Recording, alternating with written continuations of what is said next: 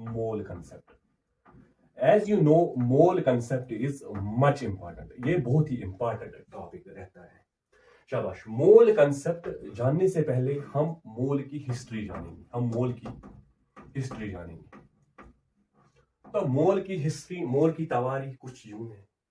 इसको इंट्रोड्यूस किया था ओसवाल्ड साहब ने। It was introduced by Oswald. Oswald साहब ने इसको इंट्रोड्यूस किया था। कब किया था? 1896 में। इसको इंट्रोड्यूस किसने किया था? ओसवाल्ड साहब ने। कब? 1896 में। तो शाबाश। उसके बाद हमें क्या जानकारी किताबों द्वारा मिलती है कि इसको ओसवाल्ड साहब ने लेटिन लैंग्वेज से निकाला था, लेटिन जुबान से निकाला था। लेटिन जुबान में एक वर्ड होता है दैट इज मोल। इसकी जब हम इंग्लिश मीनिंग जानते हैं तो वो क्या बनता है? और हीप मतलब ढेर। शाबाश। तो क्या है जो मोल है? मोल एक्चुअली एक लेटिन लैंग्वेज का वर्ड होता है जिसकी इंग्लिश मीनिंग हीप होती है। शाबाश। उसके बाद क्या हुआ? 1967 में इससे एक्सेप्ट किया गया एज एसआई यूनिट। 1967 में इसे एक्सेप्ट किया गया एज एसआई यूनिट।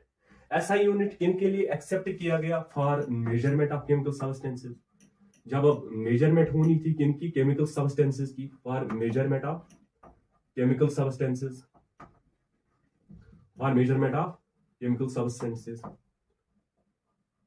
शाबाश। इसकी जो सिंबल होती है, इसकी जो सिंबल होती है, वो MOL होती है। मोल की सिंबल जो होती है, इसकी जो निशानी होती है वो MOL, मतलब मोल को हम रिप्रेजेंट करते हैं एज MOL। तो ये थी हिस्ट्री मोल की। अब हम जानते हैं मोल एक्चुअल में क्या होता है। शाबाश।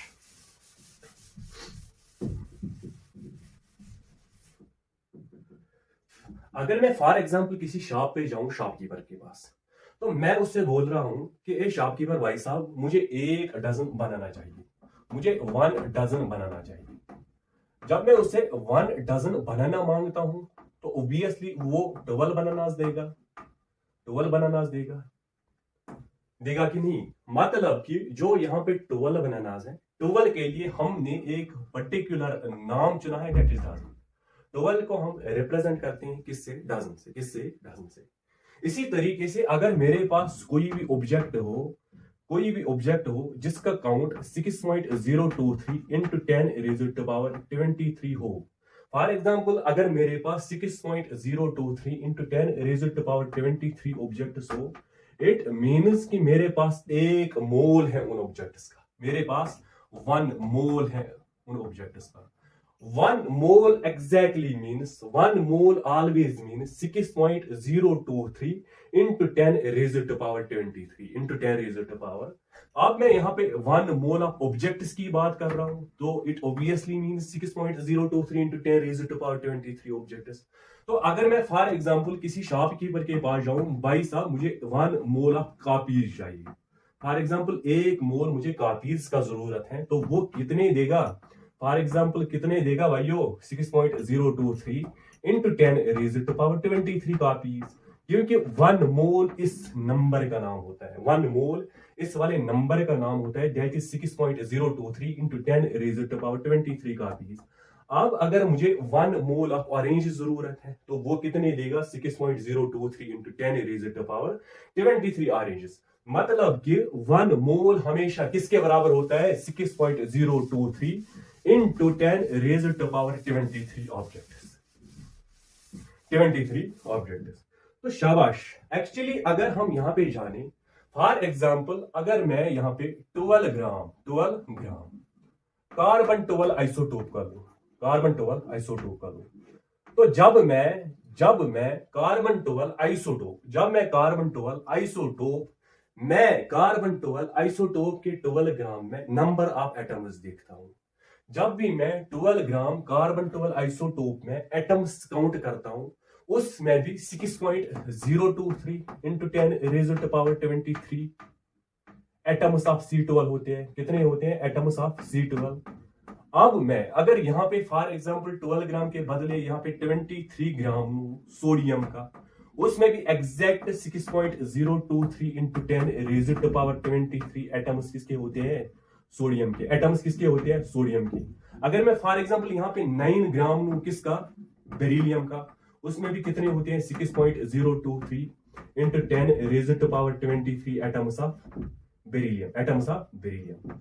इसका मतलब यही होता है, जब भी मैं किसी भी एटम का, जब भी मैं किसी भी एटम का एटॉमिक वेट, जब भी मैं किसी एटम का एटॉमिक वेट कैलकुलेट करूं इन ग्राम्स, कैलकुलेट करूं इन ग्राम्स, और फिर मैं उसमें देखूं कितने एटम्स मौजूद होते हैं, उसमें कितने एटम्स प्रेजेंट होते हैं, that comes always equal to 6.023 into 10 raise to power 23 atoms of that element, atoms of that element. शाबाश मेरे बच्चों। फॉर एग्जाम्पल मैंने यहाँ पे ग्राम एटॉमिक मास, मैंने यहाँ पे gram atomic mass, gram atomic mass मतलब एटॉमिक मास इन ग्राम्स किसका लिया था? बेरिलियम का। तो मुझे उसमें कितने एटम्स मिले? 6.023 इंटू 10 रेज़ टू पावर 23। मैंने यहाँ पे 1 ग्राम एटम, 1 ग्राम एटम भी हम इसको बोल सकते हैं, क्योंकि 1 ग्राम एटम में हमेशा 1 ग्राम एटम, 1 ग्राम एटम, ये यहाँ पे याद रखना, is always equal to gram atomic mass of that atom, For example, 1 gram atom is equal to 23 grams of sodium, 12 grams of carbon, या यहाँ पे लिखिए 16 grams of carbon, 16 grams of carbon। तो 1 ग्राम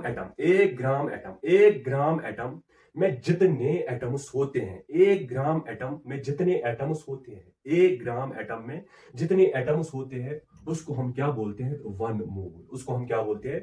1 मोल। या यहाँ पे हम ये भी लिख सकते हैं 1 mole is equal to 1 gram atom, 1 mole is equal to 1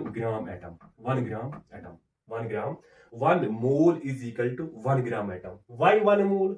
क्योंकि 1 ग्राम एटम में कितने एंटिटीज, कितने एटम्स होते हैं? 6.023 into 10 raise to power 23 atoms. मतलब 1 gram atom is equal to 1 mole, is equal to 1 mole. शाबाश। ये रही थी यहाँ पे एटम्स की बात, ये रही थी यहाँ पे एटम्स की बात। अब अगर मुझे फॉर एग्जांपल मॉलिक्यूल्स की बात करनी हो, मॉलिक्यूल्स की बात करनी हो, फॉर एग्जांपल अगर मैं 1 मोल मॉलिक्यूल्स का बोलूं, फॉर एग्जांपल मुझे 1 मोल किनका चाहिए? मॉलिक्यूल्स का। मुझे 1 मोल किनका चाहिए? मॉलिक्यूल्स का। इट ऑब्वियसली मीन कि मैं 1 मोल किन की बात कर रहा हूं? Of molecules. तो ये हुआ ना 6.023 into 10 raise to power 23 molecules, क्योंकि 1 मोल मॉलिक्यूल्स की मैं बात कर रहा हूं, that is 6.023 into 10 raise to power 23 molecules. शाबाश। जब मैं बात कर रहा था यहाँ पे 1 मोल ऑफ कॉपीज की, यहाँ पे तो इतने कॉपीज आ रही थी। जब मैं ऑरेंजेस की बात कर रहा था तो यहाँ पे उतने ऑरेंजेस आ रहे थे। अब जब मैं 1 मोल ऑफ मॉलिक्यूल्स की बात कर रहा हूं तो वहां पे इतने सारे मॉलिक्यूल्स आ रहे हैं। शाबाश। अब अगर मैं 1 ग्राम मॉलिक्यूल की बात करूं, 1 gram molecule, 1 gram molecule, 1 gram molecule, 1 gram molecule. शाबाश। 1 ग्राम मॉलिक्यूल भी कितने मॉलिक्यूल्स आने हैं? 6.023 into 10 raise to power 23 molecules. Why? ये मैं आप लोगों को यहाँ पे समझाता हूँ। 1 gram molecule means, 1 gram molecule means gram molecular mass of that molecule, gram molecular mass of that molecule. For example अगर मैं लूं यहाँ पे 1 gram molecule of ammonia, 1 gram molecule of NH3, so it means 17 grams of NH3, 17 grams of NH3. What is this 17 gram of NH3? It is simply molecular mass of NH3. तो 17 gram ammonia में मुझे कितने molecules मिलने हैं? 6.023 into 10 raise to power 23, 6.023 into 10 raise to power 23 molecule. शाबाश। अब मैं अगर यहाँ पे 1 ग्राम एटम या 1 ग्राम मॉलिक्यूल की बात कर रहा, यहाँ पे मैं अब अगर 1 ग्राम एटम की बात करूं या 1 ग्राम मॉलिक्यूल की बात करूं, मुझे हमेशा इतने ही एटम्स मिलेंगे, मुझे हमेशा इतने ही मॉलिक्यूल्स मिलेंगे। किसमें? ग्राम मॉलिक्यूल में। और इतने एटम्स किसमें मिलेंगे? ग्राम एटम में। लेकिन याद रखना यहाँ पे 1 ग्राम एटम या 1 ग्राम मॉलिक्यूल, 1 ग्राम मॉलिक्यूल। तो शाबाश। अब यहाँ पे हम क्या डेफिनेशन लिखेंगे? मोल की।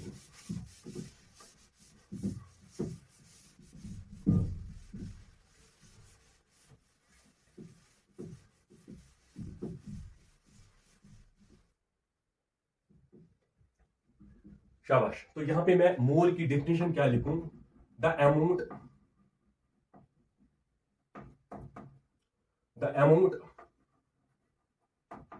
which weighs the amount which weighs exactly as that of its atomic weight in grams, atomic weight in grams or molecular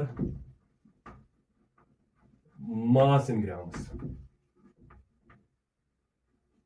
The amount which weighs exactly as that of its atomic weight in grams or molecular mass in grams. मतलब वो amount जो exactly मतलब वो amount जो वे करता है, मतलब जिसका वजन एग्जैक्टली किसके बराबर होता है? उसके एटॉमिक वेट के बराबर या उसके मॉलिक्यूलर मास के बराबर, उसके मॉलिक्यूलर मास के बराबर। शाबाश बच्चों, यहां पे याद रखना कि 6.023 इंटू 10 रेज़ टू पावर 23 को हम एक दूसरे नाम से भी जानते हैं, एवोगैड्रोस नंबर से। एवोगैड्रोस नंबर को हम रिप्रेजेंट करते हैं by Na। It is Avogadro's number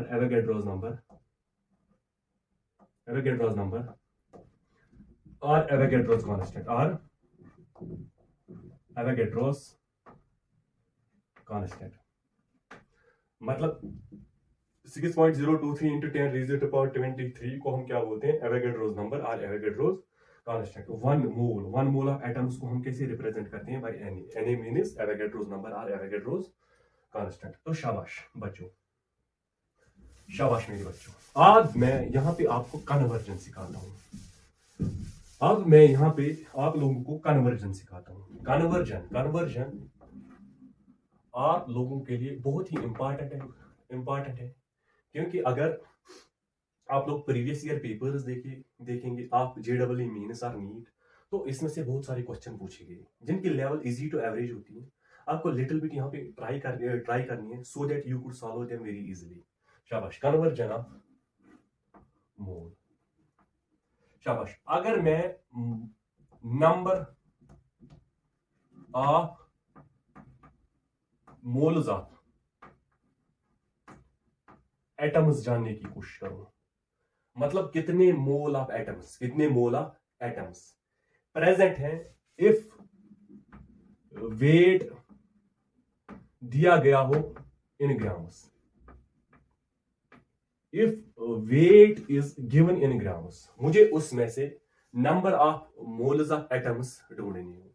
तो मैं कैसे निकालूं number of moles of atoms? मैं ऐसे निकालूं wait in grams divide by उसका एटॉमिक वेट। तो इस पे हम न्यूमेरिकल्स भी करेंगे। फॉर एग्जांपल, अगर आपको you have to tell me which of the following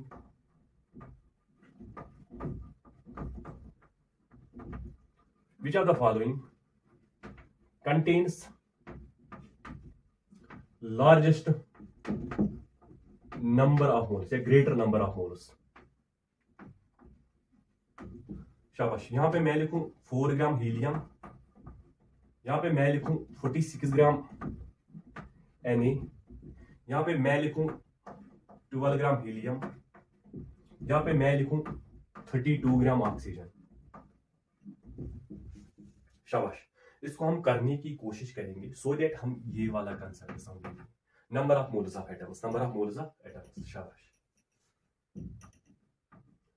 तो यहां पे हम जानने की कोशिश करेंगे इसमें कितने मोल्स होंगे, वेट कितना दिया गया है, that is weight in grams, वो ऊपर लिखना है हमें 4 ग्राम। शाबाश, 4 ग्राम डिवाइड बाय इसका एटॉमिक वेट भी कितना होता है हीलियम का, दैट इज 4। इसमें 1 मोल होंगे। शाबाश।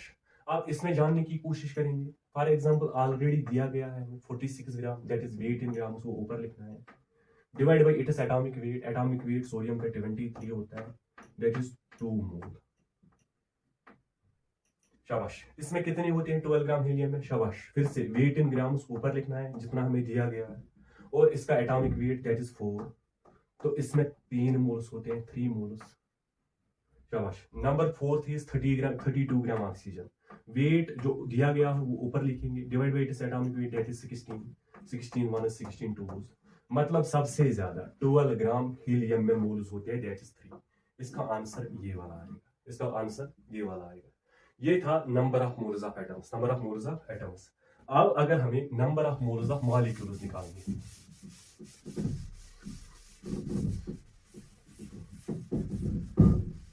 अब अगर फॉर एग्जांपल किसी भी अमाउंट में से मुझे नंबर ऑफ मॉलिक्यूल्स निकालने हो, तो number of moles of molecules, number of moles of molecules, तो ये मैं कैसे निकालूं?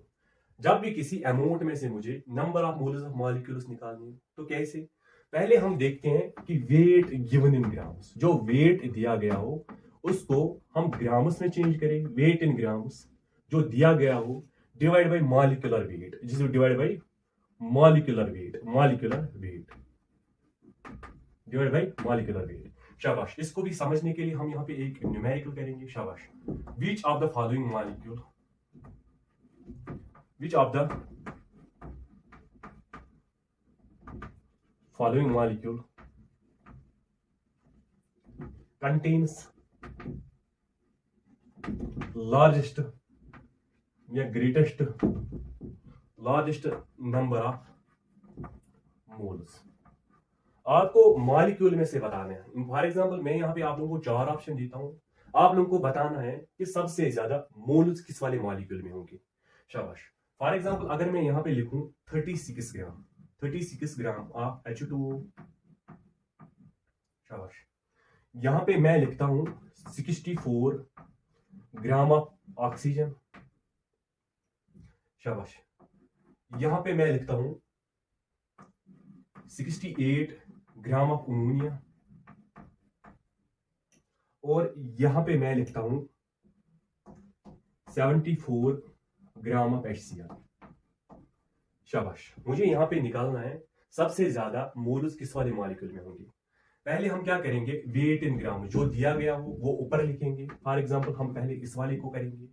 सबसे पहले हमें क्या लिखना है, जो वेट दिया गया हो in grams that is 36 divide by, अब हम क्या करें, इसका मॉलिक्यूलर वेट निकालें। कितना होता है 18 वाटर का, 18 1 18 2, मतलब इसमें 2 मोल्स होते हैं। शाबाश। इक्वल टू यहाँ पे लिखेंगे 2। अब 64 ग्राम ऑफ O2 ये भी पता होता है, 64 दिया गया है वो ऊपर लिखेंगे। इसका मॉलिक्यूलर वेट कितना होता है that is 32, 16 and 16, 32 and 32 2s are 64, मतलब इसके भी 2 मोल्स आ रहे हैं। अब इसका निकालना है। फॉर एग्जांपल अमोनिया का मैंने आप लोगों को ऑलरेडी बताया था अभी, अमोनिया दैट इज 17 ग्राम इसका मॉलिक्यूलर वेट आता है। ऊपर क्या लिखेंगे, जो वेट हमें दिया गया दैट इज 68, तो क्या 17 1000 17 17 4000 I think that is 68, that is 68, यही आएगा ना। 17 1000 17 2000 34 70 4000, हाँ 68 यही आएगा। That is 4 moles of ammonia, तो ये यहाँ पे लिखेंगे 4 moles of ammonia. 74 grams of HCl, मतलब पहले हमें HCl का मॉलिक्यूलर वेट यहाँ पे काउंट करना है। That is 1 + 35.5 it equals to 65 36.5। तो यहाँ पे क्या करेंगे, 74 डिवाइड बाई 36.5, तो ये किसके लगभग ये 2 के बराबर आएगा, 2 मोल। तो मतलब 68 grams of ammonia contains 4 number of moles. तो ये वाला ऑप्शन इसका सही लगता है। शाबाश।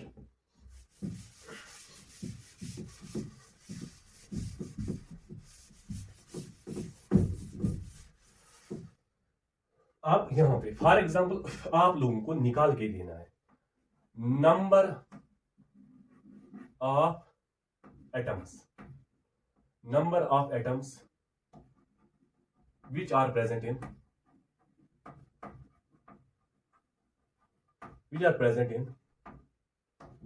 12 gram carbon 12 isotop.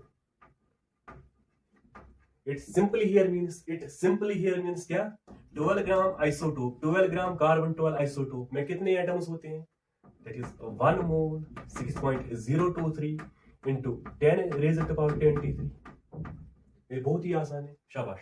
अब यहाँ पे एक और क्वेश्चन आप लोग मुझे करके दो।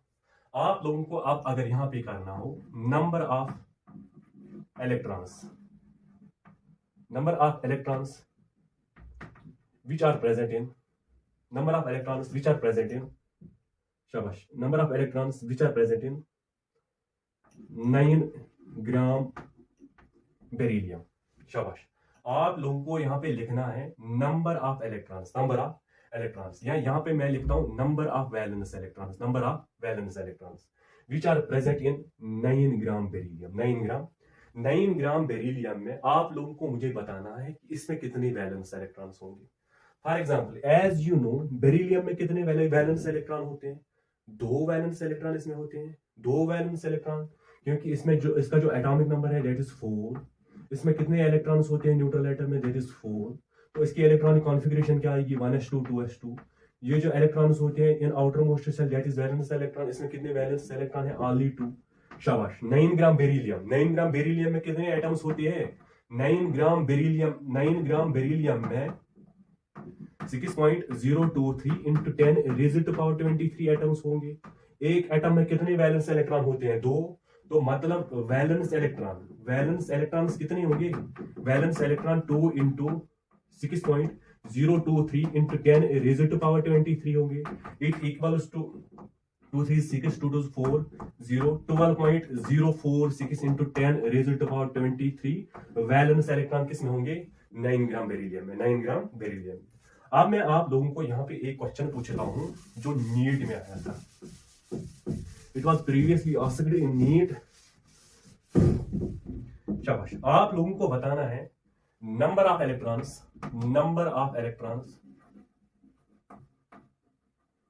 which are present in,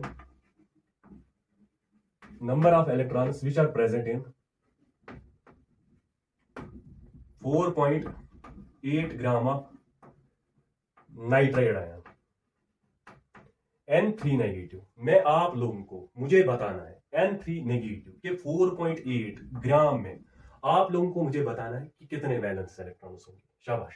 पहले हम देखते हैं 4.8 ग्राम में N3 नेगेटिव के कितने एटम्स होंगे। वो हम कैसे निकालेंगे? By use simply mole concept से, शाबाश।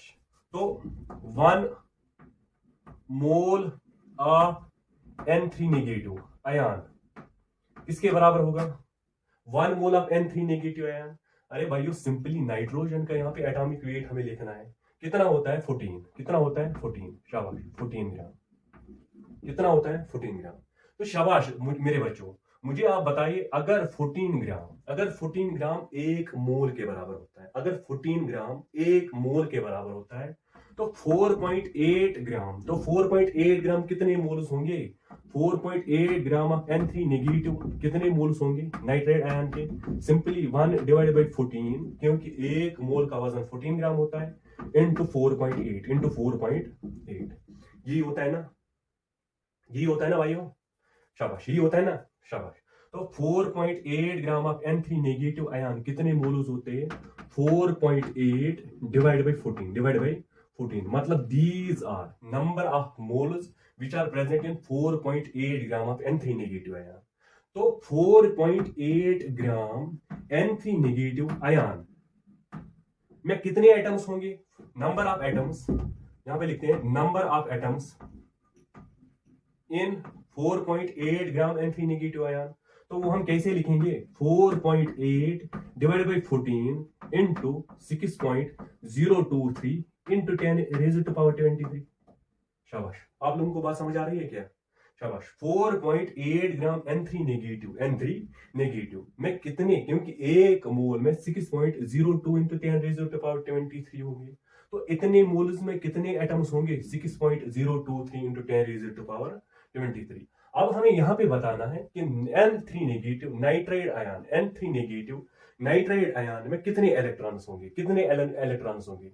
Number of electrons which are present in 4.8 gram of N3 negative ion, शाबाश। एक नाइट्रोजन में कितने इलेक्ट्रॉन्स होते हैं? 7, शाबाश। वहां पे वैलेंस इलेक्ट्रॉन्स को पूछा गया था, लेकिन मैंने आप लोगों को यहाँ पे number of electrons, total number of electrons which are present in N3 negative ion, शाबाश। तो नाइट्राइड N3 नेगेटिव, तो नाइट्रोजन में कितने इलेक्ट्रॉन्स टोटल होते हैं एक न्यूट्रल नाइट्रोजन में? That is 7। तो इसका जो चार्ज है वो कितना है 3 नेगेटिव। 3 नेगेटिव मतलब इसने 3 इलेक्ट्रॉन्स कहीं से गेन किए हैं। तो जो गेन इलेक्ट्रॉन्स होते हैं वो हम प्लस लिखते हैं ना, 7 + 3 = 10। मतलब इसमें 10 इलेक्ट्रॉन्स होते हैं एक एटम में। तो इतने एटम्स में कितने इलेक्ट्रॉन्स होंगे, number of electrons present in 4.8 gram of N3 negative ion. Number of electrons, total number of electrons की मैं बात कर रहा हूं, दैट इज 48। 48 क्यों, क्योंकि 4.8 इसको मैंने 10 से मल्टीप्लाई किया। 48 / 14 × 6.023 × 10⁻23। ये यहाँ पे 48 क्यों लिखा मैंने, क्योंकि नंबर ऑफ इलेक्ट्रॉन्स, एक में 10 इलेक्ट्रॉन्स होते हैं, तो इसमें कितने इलेक्ट्रॉन्स टोटल होंगे, इतने नंबर ऑफ एटम्स हमें आ रहे हैं, एक में 10 इलेक्ट्रॉन्स होते हैं, तो इनको हम क्या करेंगे, मल्टीप्लाई करेंगे ना 10 के साथ। तो 4.8 × 10 कितना बनता है 48। कितना बनता है 48, शाबाश। कितना बनता है 48। 48 / 14 × 6.023 × 10⁻23। टोटल नंबर ऑफ इलेक्ट्रॉन्स किसमें होंगे, N3 नेगेटिव आयन में। शाबाश। अब अगर यहाँ पे हमें लिखना हो नंबर ऑफ वैलेंस, अगर यहाँ पे हमें निकालना हो number of valence electrons which are present in N3 negative, तो यहाँ पे हम क्या करते हैं, नंबर ऑफ वैलेंस इलेक्ट्रॉन्स निकालते हैं। नंबर ऑफ वैलेंस इलेक्ट्रॉन्स, तो नंबर ऑफ वैलेंस इलेक्ट्रॉन्स के लिए हमें एक फॉर्मूला है। नंबर ऑफ वैलेंस इलेक्ट्रॉन्स, या पहले हम क्या करें, N, नाइट्रोजन में वैलेंस इलेक्ट्रॉन जानते हैं कितने होते हैं, कितने होते हैं, अरे भाइयों 5 होते हैं। 1s2 2s2 2p3 इसकी इलेक्ट्रॉनिक कॉन्फ़िगरेशन होती है। तो आउटर मोस्ट शेल में कितने इलेक्ट्रॉन्स होते हैं, 2 + 3 दैट इज 5। तो n की जो वैलेंसी होती है वो कितनी होती है 5। इसने 3 इलेक्ट्रॉन्स गेन किए हैं, तो n = 8, क्योंकि ये जो 3 इलेक्ट्रॉन्स इसने गेन किए हैं वो भी इसमें जाएंगे ना 2p सब शेल में, शाबाश। तो n कितना बनता है हमारा 8, that is number of valence electrons in 1 N3 negative. Number of valence electrons present in 1 N3 negative और नाइट्राइड आयन = 8। तो नंबर ऑफ वैलेंस इलेक्ट्रॉन, अगर मैं अब 4.8 gram of N3 negative ion निकालूं, तो मुझे यहाँ पे क्या लिखना है, 4.8 / 14 × 6.023 × 10⁻23, और यहाँ पे क्या करना है 8 से मल्टीप्लाई करना है। These are number of valence electrons which are present in 4.8 gram of nitride ion. शाबाश। आई होप कि ये आप लोगों को अच्छे से समझ आया होगा, शाबाश। अब फॉर एग्जांपल अगर मुझे अब यहाँ पे फार्मूला वेट दिया गया हो, फार्मूला वेट आप लोग जानते होंगे, फार्मूला वेट हम मॉलिक्यूलर वेट इनका साल्ट्स का लिखते हैं। फॉर एग्जांपल एक साल्ट दिया गया है NaCl। NaCl का मैं मॉलिक्यूलर मास नहीं लिखता हूँ, क्योंकि इसमें फार्मूला यूनिट्स होती हैं, तो फार्मूला वेट लिखते हैं। फार्मूला वेट इसका कितना आता है, सोडियम का 23 प्लस क्लोरीन का 35.5, तो ये कितना बनता है 58.5। मतलब इसका फार्मूला वेट कितना होता है 58.5।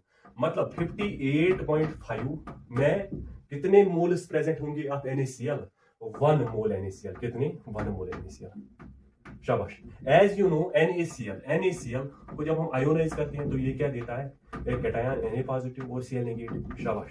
एक Na पॉजिटिव और Cl नेगेटिव, मतलब 1 मोल NaCl में 1 मोल Na पॉजिटिव होगा, 1 मोल Na पॉजिटिव इसमें होगा, और इसमें क्या होगा 1 मोल Cl नेगेटिव, 1 मोल Cl नेगेटिव, शाबाश। तो अगर फॉर एग्जांपल आप मुझे दिया गया हो 12.046 × 10⁻23 एटम्स, आप लोगों को बताना है कि ये कितने मोल यहाँ पे बनते हैं। सिंपली क्या करेंगे, 12.046 × 10⁻23 डिवाइड बाई 6.023 × 10⁻23, क्योंकि 1 मोल इसके बराबर होता है, तो ये कितने मोल बनते हैं 2।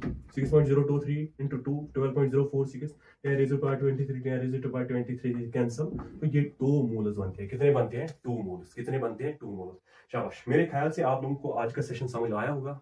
बाकी जो टॉपिक्स बचे हैं उनको भी हम धीरे धीरे डिस्कस करेंगे।